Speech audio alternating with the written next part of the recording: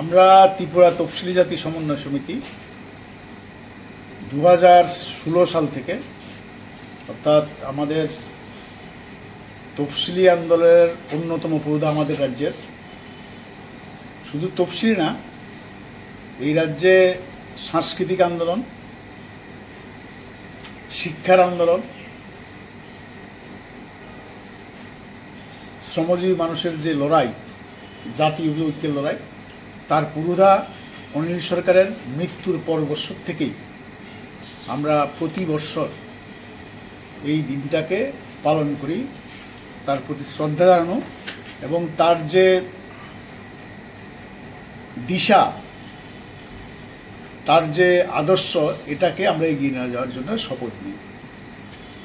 আমরা আজকে আমাদের রাজ্যের সর্বত্রই আমরা এই জন্মদিন ওনার এটা পালন করার কর্মসূচি নিয়েছি। কেন্দ্রীয়ভাবে আম্বেদকর ভবনে আমরা পালন করছি। প্রয়াত অনিল সরকার আমাদের রাজ্যে, আমাদের যে তফসিলি অংশের মানুষ, বিশেষ করে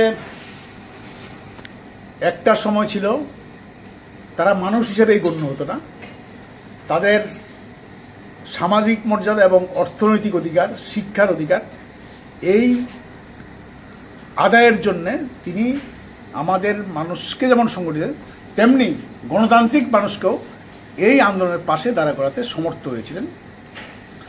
এবং আমরা দেখেছি উনি পরবর্তী সময়ে বামফ্রন্ট সরকারের মন্ত্রী হিসাবেও আমাদের রাজ্যে রবীন্দ্রনাথ, নজরুল, সুকান্ত, এগুলি মানুষের ঘরে ঘরে নিয়ে যাওয়া, আমাদের লোকশিল্পী তাদেরকে আলোতে নিয়ে আসা, তাদের মর্যাদা দেওয়া,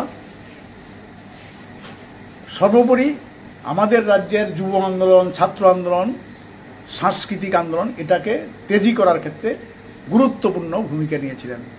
আজকে আমাদের রাজ্যের সাংস্কৃতিক যে উন্নয়ন, এটাকে ওনাকে বাদ দিয়ে আমরা চিন্তা করতেই পারি না।